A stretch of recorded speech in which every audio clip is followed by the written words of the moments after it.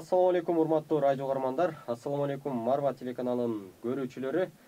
Эң алгач бардыгыбызды жараткан Аллах Таалага чексиз мактоолорду айтабыз жана биздин жол башчыбыз, мугалимибиз, Аллах Тааланын сүйүүнү үйрөткөн, биздин кул күнөөбүздүн туу чокутуна жеткизүү үчүн жөнөтүлгөн Аллахтын сүйүктүүсү пайгамбарыбыз Мухаммадка Аллахтын саламын жана салаваттарын жолдогондон кийин бүгүн да биз өтө бир сонун теманын үстүндө сүйлөшөлү деп турабыз.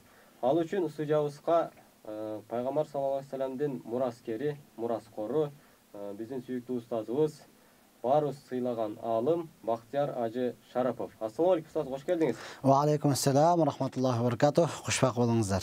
Аллах Таала туткан орозоңузду кабыл кылсын. Амин. Кылган дуаларыңызды кабыл кылсын. Амин.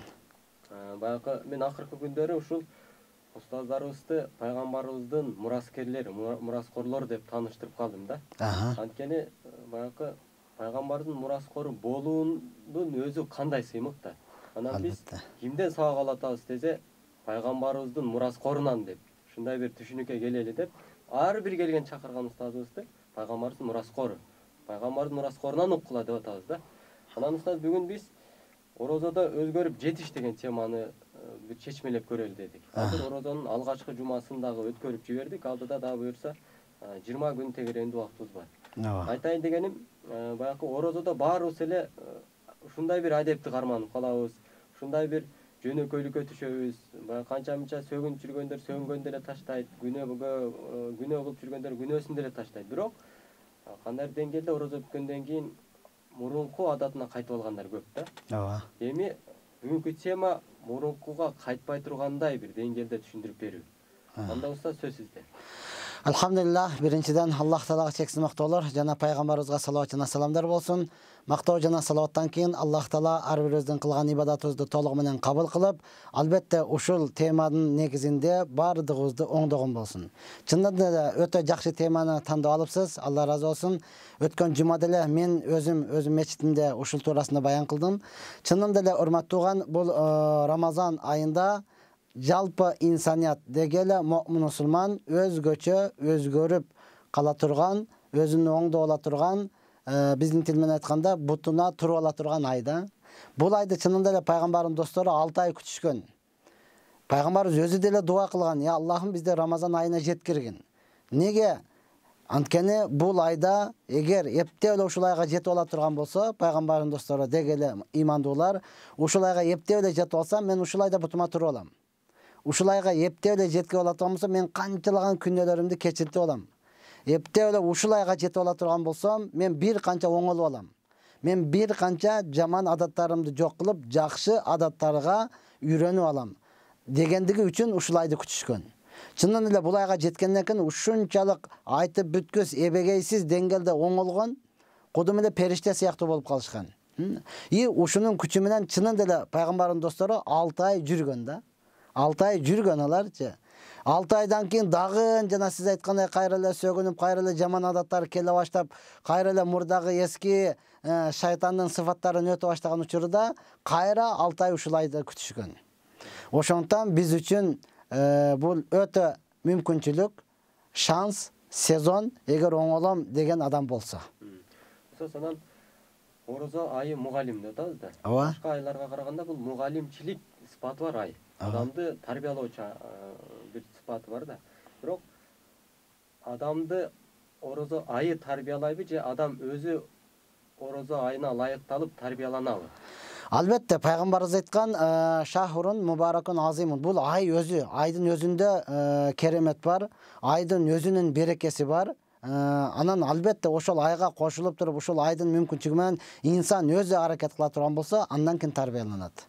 Баягы аракет болсо берекет болот дегендей, инсанда өзү аракети бар болсо, ансыз деле эгер аракети болбосо деле, бул айда пайгамбарыбыз айтты: "Бейиштин эшиктери ачык, дозуктун эшиктери жабык, шайтандар кишенделген да."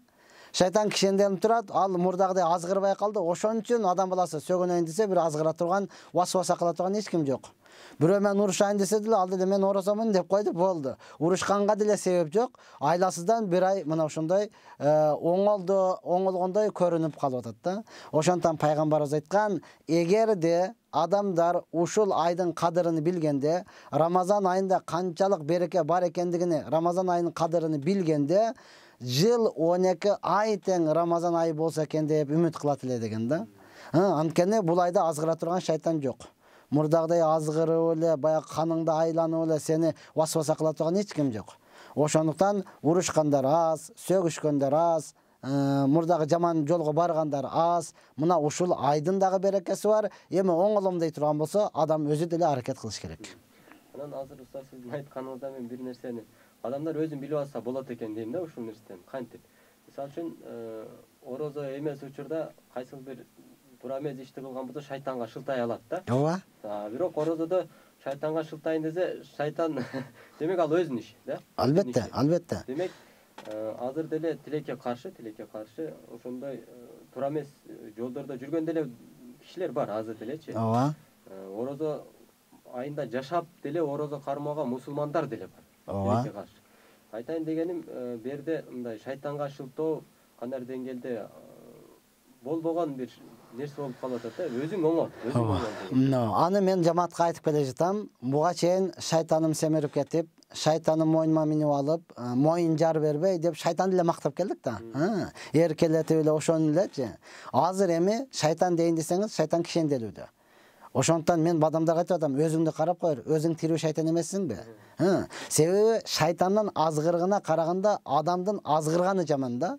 Ошондуктан бул ай Куран түшкөн ай. Куран акыркы сүрө Нас сүрөсү менен аяктап атат. Ошол жерде Аллах хасанат айтат. Кул а'уду би раббин нас, маликин нас, илахин нас, мин шаррил васвасил ханнас, аллази ювасвису фи судурин нас, минал джиннати ван нас. Адамдардын жүрөгүнө кирип алып васваса кылган минан нас. Шайтандардын жана адамдардын жамандыгынан сактаныш тилегин. Адамдардын шайтаны, чыныгы айтканда, шайтандын, жиндердин шайтаныга караганда жаманыраак да. Себеби шайтан васваса эле кылышы мүмкүн. Кылбай эле койбойсуңбу деп оюңа эле келет да.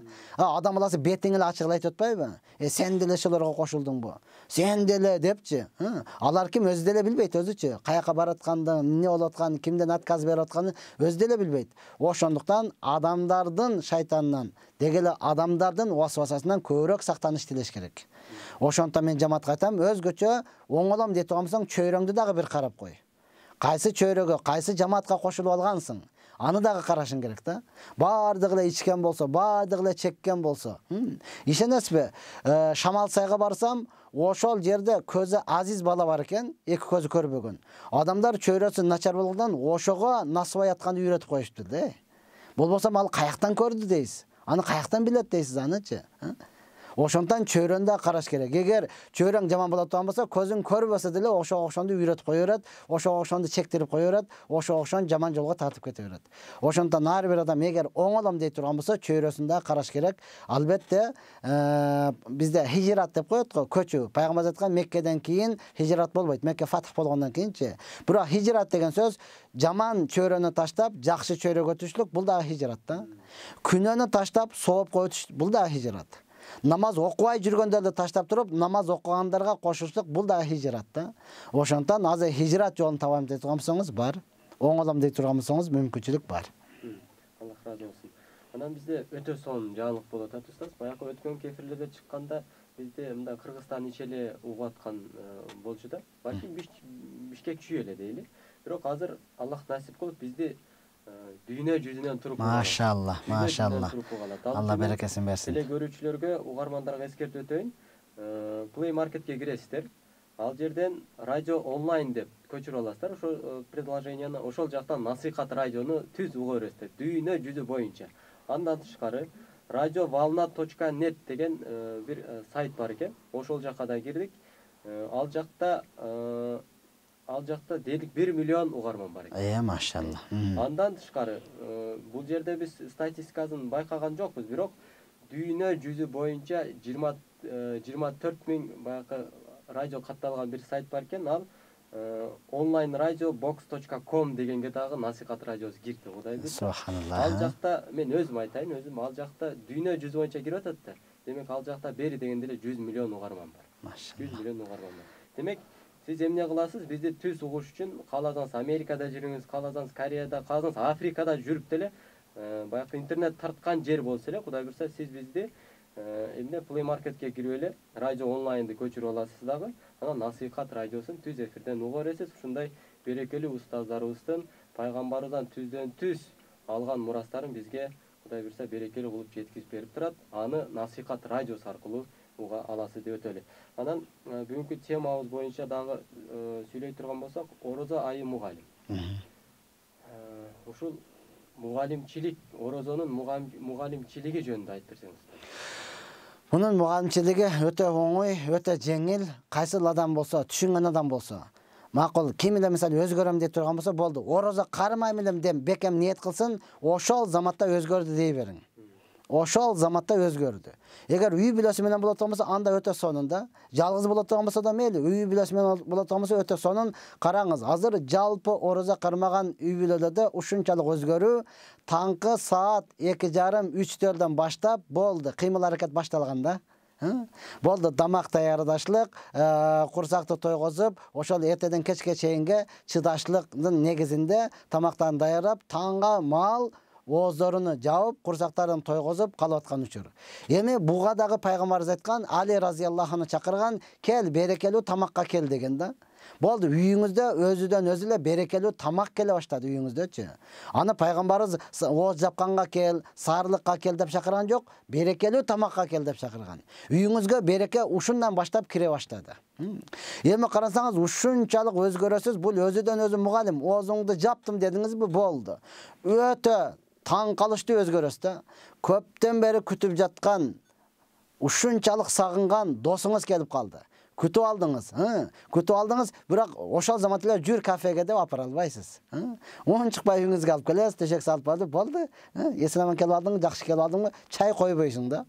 Макул, ата-энең келсе деле, канча аксакал келсе деле, үйүңүзгө алып киресиз дагы, жайды даярдап бересиз, эс ала бериңиз, буюрса ооз ачарга биягын даярдап коебуз дейсиз да. Чай ичпейли? Жок, орозобуз да. Кеч эле мен 2 досумду Ош базардан көрүп калдым.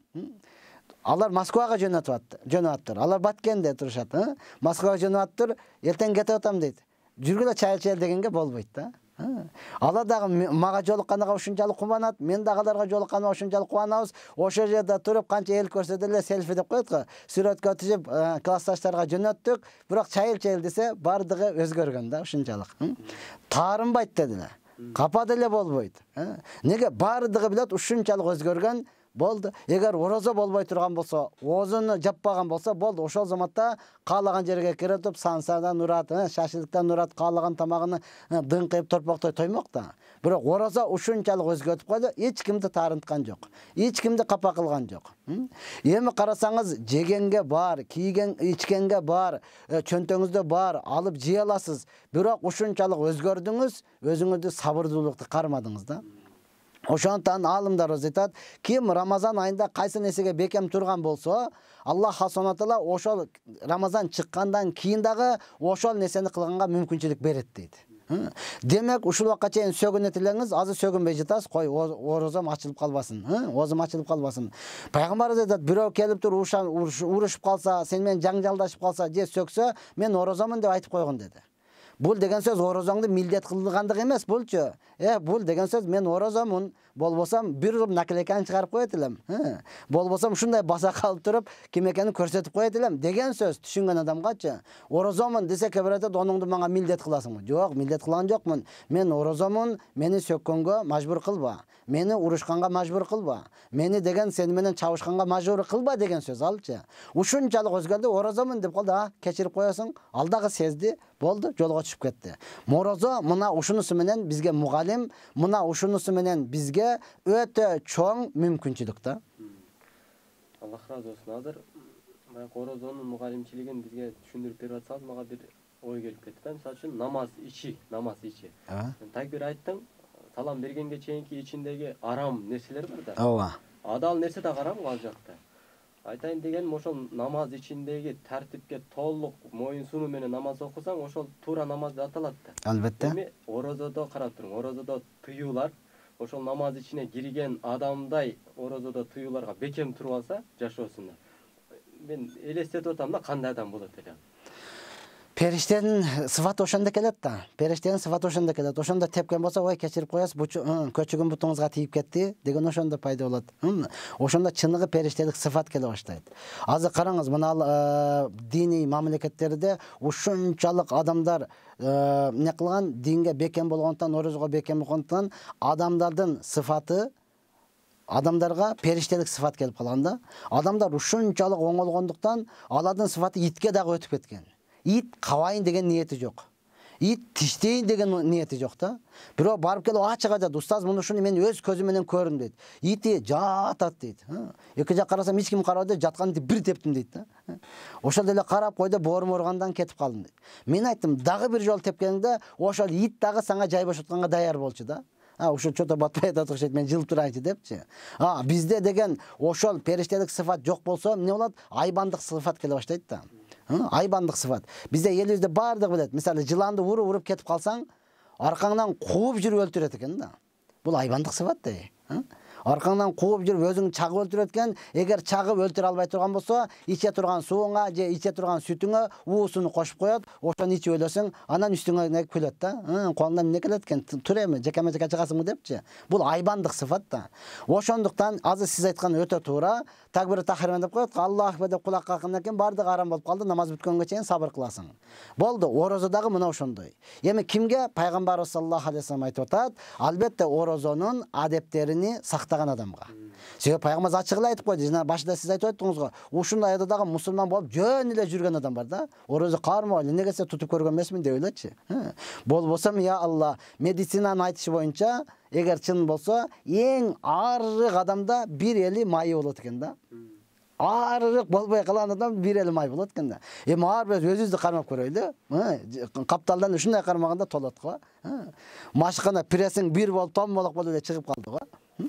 Дагы деле орозо кармай жүргөндөр бар. Эми кантсе дагы биз аларга албетте сурап кетет элек. Бүгүндөн баштаса да кармай берсин. Өзгөрөт. Ооба, сиз айткандай азыр 9-күнү кармап атабыз бүгүнкү күнү. Бул жакта 21 күнү бар. Ошондо кармай берсин, сөзсүз өзгөрөт. Анан чын деле сиз айткандай, орозо өзгөртүшлүк үчүн жана эртеден кечке ачка эле болуп калбашлык үчүн сөзсүз тилди дагы, көздү дагы, кулакты дагы ар бир нерсени өзүнүн ордуна кое турган болсо, иншалла бул адам кур калбайт.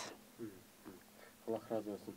Кадырман радио угармандар, биз сиздерге дагы бир жолу жарыяны эскертип өтөлү. Насихат радиосун Кудай буйрса сиздер дүйнөнүн булуң бурчунан дагы уга аласыздар. Ал үчүн бизди Play Marketке кирип, радио онлайн деген предложенияны көчүрүп алат экенсиздер. Жана ал жактан насихат радиосун таап эле түз эфирде баягы мен угам деген кнопканы басып коесуз, бизди уга бересиз. Кудай буйрса, анан насихат радиосу эскертип өтөлү 24 саат иштейт.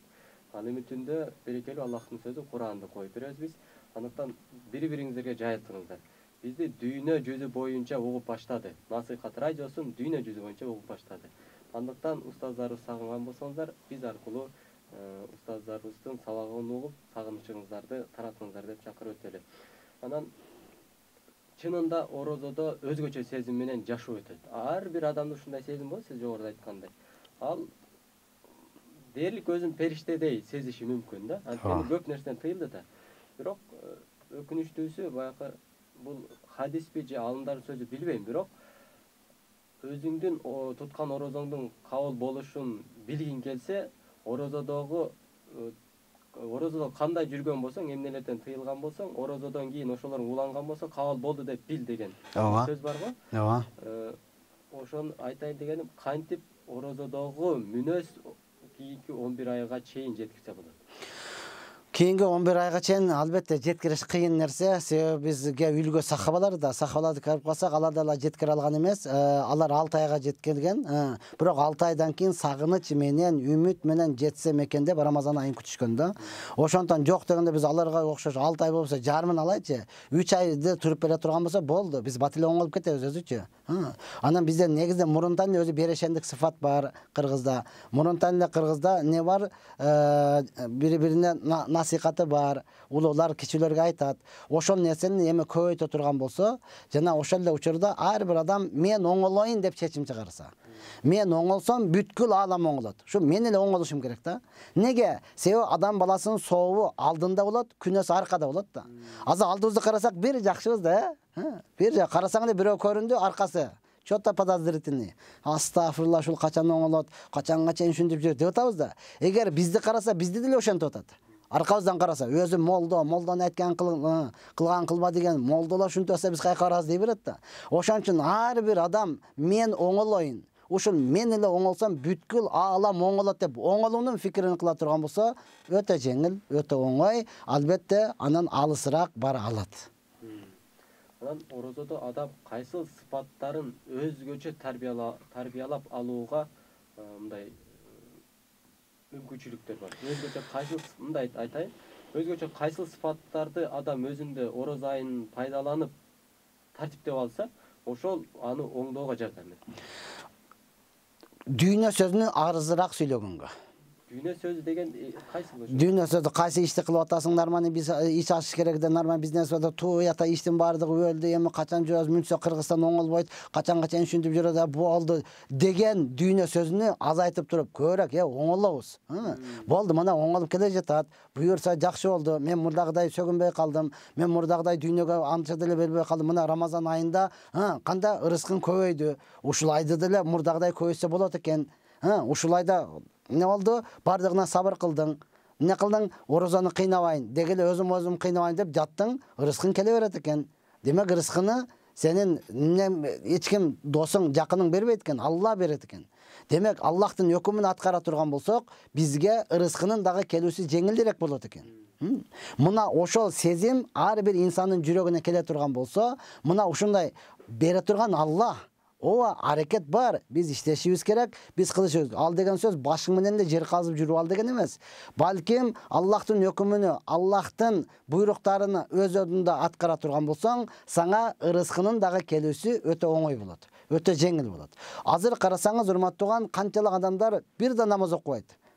Иш, жумуш болду. Бирок өнүп кеткен дагы көрбөйсүң да. Өсүп дүйнө жүзүгө чыгып кеткен дагы көрбөйсүң. Ошол 10 жыл мурда кандай көргөн болсоң, дагы эле ошол да. Дагы эле ошол. Ош базарга келип таразадан алдап аткан. Карасаң ошол эле адамдар да, ошол студент учурубузда көргөнбүз, картошка сатып аткан да. Азыр деле өтө жакшы, адал кесип, кылсын, бирок алдабай кылганда бул убакка чейин бир канча оңолушу мүмкүн эле да алчы. Ушул убакка чейин элди алдабастан, балким таразадан кошуп бергенде, биз ойлойбуз да, килограмм көп кетип калды. Жок, Аллах Таала берешендик жакшы көрөт. Сен кошуп бергениңде таразадан, Аллах Таала сага көбүрөөк бермегиле. Сен адамдардын акысына алдап калдым, мунусунда 10 килограммга чейин уруп калдым дегениң менен нарактан урулуп кеттиң. Аны байкаган жок да. Мына ошондуктан адам баласы бул учурда мүмкүн болушунча чынчылдыкка, мүмкүн болушунча дүйнө сөзүн азыраак сүйлөп, Аллахты көбүрөөк мактай турган болсо, көбүрөөк адамдарды алдабастан чын сөздү айта турган болсо, көбүрөөк береке келет, кийинки жашоосу дагы оңой болот. Эки адам кафир экен, экөө тең, динсиз, ач калыптыр, талада калыптыр. Эми анакта мусулмандар жашайт, барып жолдон тамак сурайлы, тамак берет. Алар мусулманга берет да. Онда атыбызды өзгөртүп алайлы. Болду, мен мусулманмын, Ахматмын деп айтам. Десе наргыз айтқан, жок, мен алдап тамак жей албаймын. Мен Евгений бойдон бара берем. Макул экөө барып туруп, мусулмандар күтүп алып туруп, келдик. Тамагыңар барбы? Мен мусулман, мен атым Ахмат. Дегенкен, бары беребиз. Сенчи, мен Евгений. Булар ороза кармабайт да. Евгенийге тамак берип коер. Буга фарз эмес. Мына Ахмат, сен кечке күтөсүң эми депчи. Бар ачка алдап тамак жейм деп, ол ачка калып атат да. Алдагандын кесепети ушу жерде дагы тийип атат да. Ол диндеги болсун, мейли динсиз болсун, айырмасы жок. Ким алдайм деп турган болсо, жок, жокотто Аллах хасанада көрүп турат. Ал өзүнү гана алдайт, башка эч кимди алдай албайт. Ошондон мүмкүн болушунча чынчылдыкка аракет кылышыбыз керек. Аллах разы болсун. Анан баягы учурда коомдо кандайдыр бир деңгээлде динге болгон умтулуу, дин менен болгон жашоого болгон сүйүү, дини жашоо болгон сүйүү ушундай бир жайылып аткан байкалып атат. Алхамдулилlah. Кудайга шүгүр. Бирок ошол эле учурда мен мындай анализ жүргүзгөндө өзүм жактыра берем да. Көчөдө кетип атып, өткөн кишилерди мындай мынтип карап өтүп, канчасы сакалчан, канчасы жанып жүрөт, канчасы ачык. Бирок дагы деле мага мындай дин мындай жахилият дейбиз, эмне дейбиз? Ошол чөйрөдө жүргөндөр дагы деле аябай көп сезилет да. Бул сиз кандай ушуга комментарий бересиз? Туура эле. Себеби Куранда айтканда, "Ва қалилун минал ахирин", негизи оңолгон адамдар азыраак болот, бузуклар көбүрөөк болот. чынчылдар азыраак болот, жалганчылар көбүрөөк болот. Ошондон сахабалардан бирөөсү дуа кылат эле, я Аллахым мени аздардын катарына кошкун депчи. Аздарын бейишке киргендер азыраак болот, дозокко киргендер көп болот.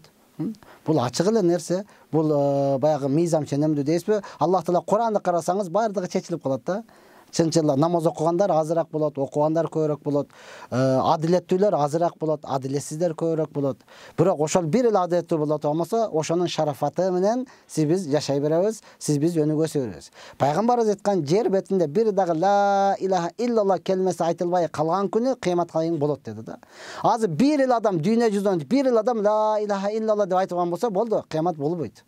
Неге? Ошонун шарафаты менен биз жашай беребиз да. Ошонун шарафаты менен. Билесизби? Я Аллах, кыяматка жакын желүүн шамал келет, бардык имандуулар дүйнөдөн өтүп кетет. Жер бетинде бир дагы иман калбайт. Бирок дагы деле кыямат болбой турат да. Неге? Имансыздар шылдыңдайт да. Баягы ла илаха деген өлүп жатат, ойнте көрдүңбү? Ооба, мен деле көрдүм. Ла илаха илла деген тиги жакта дагы бирөөсү өлүп атат. Сен дагы айтпай элебсиң, ла илаха илла деп жүрбө, анан дагы өлүп каласың депчи. Шылдыңдап атат, бирок айтылып атат да. Ошонун урматына да Алла Таала кыямат болбой турат да. Булар шылдыңдап бүткөн күнү шылдыңдай берип деле модадан калат экен да. Бардыгы баягы эле башка темага өтмөйүнчө ла ила деген бардыгы айта берди, бул деле модадан калып айтпай калгандан кийин анан кыяматка болот да. Ошондуктан албетте урматтууган, сиз айткандай жолукчандар азыраак, чачынып жүргөндөр көбүрөөк. Ошол эле учурда биз чечим чыгарбайбыз, булар ушул бойдон калды деп. Жок, алар дагы өткөн айттым го, иман алсызыраак. Эгер имандуу эле боло турган болсо, ол жолук миллион сом деп турсаң да либо жерден табылат алчы. Азыр жолуктун же болбосо материалдын кымбаттыгынан ачык жүргөн жок, имандын алсыздыгынан. Ошондон кайра дуа кылып туруп, Кудай буйрса, сиздердин эмгегиңиздер менен ушинтип насихат радиосунан дегеле башка телевидениеде дагы айтыла берсе, алар көчөдө дегеле маршруткада барат, бир угуп калып туруп, бир адам келип калса дагы биз үчүн жеңиш болуп эсептелет. Аллах разы болсун. Кадырман радио угармандар, бизге жам кошулгандар үчүн эскертүү өтөлү. Бизде буйрса насихат радиосун дүйнө жүзү боюнча угууга мүмкүнчүлүк болуп атат. Аллахтын бул берекеси. Ал үчүн Play Marketке кирип, радио онлайн деп көчүрүп аласыз. Предложенияны ал жактан насихат радиосун түз эфирден уга бересиз. Буну дүйнөнүн булуң бурчунда кайсыл жерде интернет бар болсо, биз ошол жерде сиз менен. Бул Аллахтын берген бир берешендиги болду деп эсептейбиз. Аллах каалабаса бул болбойт эле. Ооба. Баягы биздин буга чейинки жаамат менен кылып аткан мээнетибиздин Аллах Таала баягы мээримин алып, ушундай кеңейтип атса керек да. Анын үстүнө дават иши бул теле радио, медиа жааттагы дагы кандай деңгээлде артта калып атканын байкап атабыз өзүбүз эле. Мындай салыштырганда Кыргызстанда 19-20 канал болсо, мындай дээрлик 100% дин сөзүн сүйлөгөн насихат радиосу. Машалла. Андыктан сиздердин дуаңыздарга муктажбыз. Балким азыр дүйнөгө чыккан болсок, эми эң көп угарманы бар радио айлануу бул Аллахтын мээрими жана сиздердин дуаңыздар биздин кызматыбыз менен болот деп ишендирип өтөлү, Кудай буйрса. Анан устаз ушул бүгүнкү тема боюнча орозо айынын баягы мугалимчилиги же болбосо орозо айы бизге мугалим экендигин түшүнүп жетүү үчүн жөн эле орозо кармап жүрүү жетишсиз да. Кандайдыр бир деңгээлде биздин дагы окуучу катары орозого кайрылуубуз милдет болуп турат да. Ушул боюнча кандай кылсак биз орозо мугалимибизден толук тарбияны өзүбүзгө сиңдирип алсак. Ошон үчүн азыр өтө бала орчундук сүрөдү бердиңиз. Ошон үчүн аввалуху рахматун, аусатуху магфиратун ва ахируху иткун минен ниран.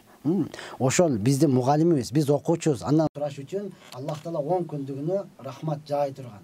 Аллахдан сурай бер, сураганыңды берет да. Не керек сагачы, кайсыл жагынан керек? Алланын рахматы, рахмат деген сөз биздин түшүнүктүү болуш үчүн ушунчалык давальный турган учуру да. Өтө ыраазы болуп турганда манан ала беремсиз, я сурабай ала бербейсиңби? Бардыгын оптум алып кет дейсиң, бардыгын шыпырып кет, эч нерсе калбасын.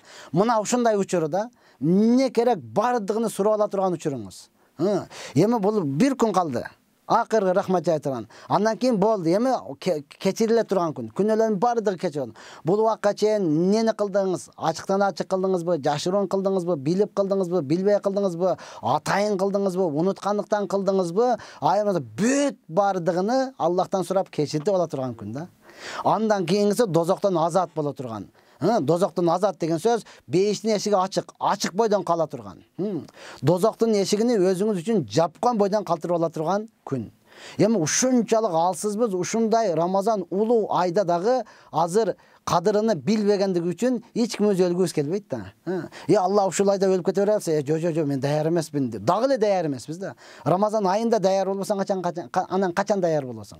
Рамазан айынан сурап ала албасаң, анан качан сурап ала аласың? Ушундай эшиктер ачык турган учурда, шайтан кишенделип турган учурда оңала албасаң, эртең шайтан бошонгондон кийин өлдүң андачы. Ооба, шайтан пайгамбарыбыз айткан бейбаш шайтандар гана кишенделет. Бомбуждары жүрөт азыр дагы элечи. Бирок ошол деле сени жетелип кетип калып атат да. Жүр аняка десе эле мээлдеп эле кетип кала бересиң. Сен кимсиң өзүчү? Ошондуктан ар бир адам азыр сурап кала турган, азыр оңолуп кала турган, азыр бардык машакат кыйынчылыгын чечип ала турган айда турабыз. Мүмкүнчүлүк, шанс, эсептелүү күндөр гана. Ким канчалык деңгээлде пайдаланса ошончолук. Ошондон пайгамбарыбыз айтты, эң бактысыз адамдар гана Рамазан айынан курук калат дейт. Мына бардыгы сактаныш тилешибиз керек. Пайгамбарыбыз айтты, бактысыз адам гана курук калат дейт. Менин сөзүм эмес. Жаман көр, анан неге мүнтөсүң? Жок, пайгамбарыбыз айткан, мен айтып атам. Ошондон пайдаланып калыңыз. Макул, ден соолугуңуз болбой атат, ооруп атат экенсиз, дуа кыла аласыз да, сурай аласыз да. Пайгамбарыбыз айтты, эң сараң адам өзүгө дагы дуа кылбаган адам да. Сараң ким десе бербей койгон, бар туру бербей. Жок. Сараң адам өзүңө дуа кылбай койдуң, өзүңдөн Алладан сурабай койдуң да, ошол адам сараң деди. Ошондон ден соолук сураңыз, карызды кутулууну сураңыз, башка бардыгын сураңыз. Аллах Таала ушунчалык рахматы жаап турган учурда. Эртең күнү Рамазан чыккандан кийин анан дуам кабыл болбой атат, сурап атам болбой атат, өзүңдөн көр андачы. Пайгамбар хадисте ла ялиманна илля нафсаху. Өзүңдөн гана көр да. Башка эч кимге күнөөкөр дей албайсыз. Башка эч кимди бербей атат дей албайсыз. Ол анык бербейт ал. Бербеш керек да. Мына ошондой. Аллах разы болсун. Баягы убакыт деген убакыт бизде баягы бөлүнгөн убакыттагы аягына келип жетип атат. Алдыда өтө саналуу мүнөттөр эле калды устаз. Ушул эфирдин аягында жалпы угармандарыбызга, көрөрмандарыбызга бир жакшы насаат, буга чейинки айтылган насааттын үстүнөн дагы насаат кылып, дагы бир насихатыңызды айтсаңыз да, анан бир жакшы дуа бериңиз. Аллах, албетте, убакыт менен алтынды, күмүштү, кавхарды дегеле бардык нерсени тапсаңыз болот, бирок убакытты эч качан таба албайсыз. Убакыт деген ушундай экен. Азыр эле бол деп аттылар, эми эле бүтүп калыптыр, Бул дүйнө мына ушундай. Азыр барбыз, эртең жокпуз. Азыр барбыз, эртең кимдер. Ошондон биринчиден өзүмө насаат, анан жалпыларга албетте, эгер ушул оңолом дей турган болсоңуз, чынында эле Рамазан айынын эсептелүү күндөр калды. Куран түшкөн ай, Куранды көбүрөөк окуп калыңыз, үйрөнүп калыңыз. Эгер үйрөнбөдүңүз, окуй албайт экенсиз, мечиттерде, намазканаларда таравих намаз окулуп жатат. Ошолорго барып туруп бериңиз. Мен өткөндө айтканмын, кимге ибадатка сабыр кыла турган дене берилсе, бул дүйнө ахиреттин бактылуулугу берилиптир. Ибадатка сабыр кыла турган, таравийде туруңуз, Куран хатым болуп атат, ошого сабыр кылыңыз. Демек сизге бул дүйнө ахиреттин бактылуулугу бериптир. Ошо жайнамаздын үстүндө тура албасаңыз, жайнамаздын үстүндө чыдай албасаңыз, анда сиз туриниктин үстүндө турганыңыз эч кимге кереги жок. Ошонун үстүгө чыга албасаңыз, анда сиз башка жерге чыкканыңыз кереги жок. Ошондон бул жерге жайнаманын үстүгө жеке-мечеке чыгасыңбы, талпа чыгасыңбы, айырмасы жок. Чык дагы көбүрөөк ошол жерде ибадат кылып туруп, Аллахтан сурап калыңыз. Жана өзүмө деле мына ушул нерсени көбүрөөк айтам. Кудай буйрса, бүгүн бизде Хайыл Хажира мечитинде Куран хатымы бүгүн акыркы 3 пара окулат. Ошол жерде Кудай буйрса дагы дуа кылабыз, Аллахтан сурайбыз. Бул жерде дагы дуа кыла турган болсок, Аллах Субхана Таала сиз биздин ар бир кылган ибадатыбызды толугу менен кабыл кылсын. Пендечилик кылып, билип билбей кылган күнөөлөрдүн бардыгын түп тамырынан кечирген болсун. Албетте, сакалыбыз кандай агарган болсо, чачыбыз кандай агарган болсо, Аллах Таала жүрөктөрүбүздө дагы дал ошондой агарсын. Ар бирөөбүз бири-бирибизди чын жүрөктөн жакшы көрөйлү. Ар бирөөбүздү чыныгы инсан катарында, дегеле муъмин мусулман катарында Аллах Субхана Таала ушул кылган ибадаттарыбызга калгандары дагы кылышына Аллах Таала мүмкүнчүлүк берген болсун. Жана Аллах Субхана Таала сөзүнүн акырында ар бир мусулман үчүн бейиштин эшигини ачылган бойдон калышын насип кылсын, дозоктун эшиги жабылган бойдон калышын насип кылган болсун. Жана ар бир пенде, ар бир мусулман үчүн шайтандар кишенделген бойдон калышын насип кылган болсун. Жана бул дүйнөдө кандай ачык жүздүүлүктө көрүп бир эфирибизди угуп аткан болсок, иншалла Фирдаус бейишинде дагы Аллах хасонада бардыгыбызды ушундай ачык жүздүүлүктө күлүп жайнап отурушту насип кылган болсун. Ва ахири давана алхамдулиллахи раббил аламин. Ассаламу алейкум ва рахматуллахи ва баракатух. Аллах дуаларыңызды кабыл кылсын. Аллах өмүрүңүзгө береке берсин. Аллах баягы Аллах Таала эми баягы Муктабек Арстамбек устазыбыздын бир сөзү бар. Аллах Таала өзү келип сага даават кылсынбы деп кээде мындай ушуп айтат го. Ооба. Аллах Таала устаздарыбыздын баягы тилине салып бизге жеткирет да. Албетте. Аллах Таала сиздердин өмүрүңүзгө береке берсин. Амин я раббал аламин. Мен эфирде дагы айттым эле, баягы баарыбыз сыйлаган, баарыбыз өтө сүйүп жакшы көргөн быйыл Чубак устазыбыз жок, орозо кармай атабыз. Сиздин ордуңузда деле топой болуп кетчү эле баян. Я Рабби, Алла рахмат кылсын. Сиздерге өмүрүңүзгө береке берсин. Амин я Кадырлуу радио кармандар, сиздер Насихат радиосун 90,9 жыштыгынан уга алдыңыздар. Ошондой эле бизди дүйнө жүзү боюнча дагы уксаңыздар болот. Ал үчүн Play Marketке кирип, радио онлайн предложениясын көчүрөт экенсиздер дагы. Ал жактан Насихат деп эле бизди түз эфирден уга бересиздер. Ушундай берекелүү устаздарыбыздын баянынан, пайгамбарыбыздын мураскорлор болгон алым устаздарыбыздын сабактарын түздөн-түз Насихат радиосу аркылуу угуңуздар. Ал үчүн дагы атап өтөйүн, radiovalna.net деген дагы сайтка кирип, ал жактан дагы бизди издесеңиз болот. Ошондой эле onlineradiobox.com деген дагы сайтка киресиз. Ал жактан да Насихат радиосун издейсиз жана ошол жактан эле бизди түз уга бересиз. Аллах Таала ушундай бир жакшылыкка жеткизген үчүн Аллах Таалага чексиз мактоолор болсун. Жана биздин ушул жашообузду тартиптеп, кулк мүнөзүбүздүн туу чокусуна жеткирүү үчүн Аллахтын мээрими болуп жөнөткөн пайгамбарыбызга дайым салават айткан тилибиз болсун. Сиздер менен урматтуу болдум. Ассаламу алейкум.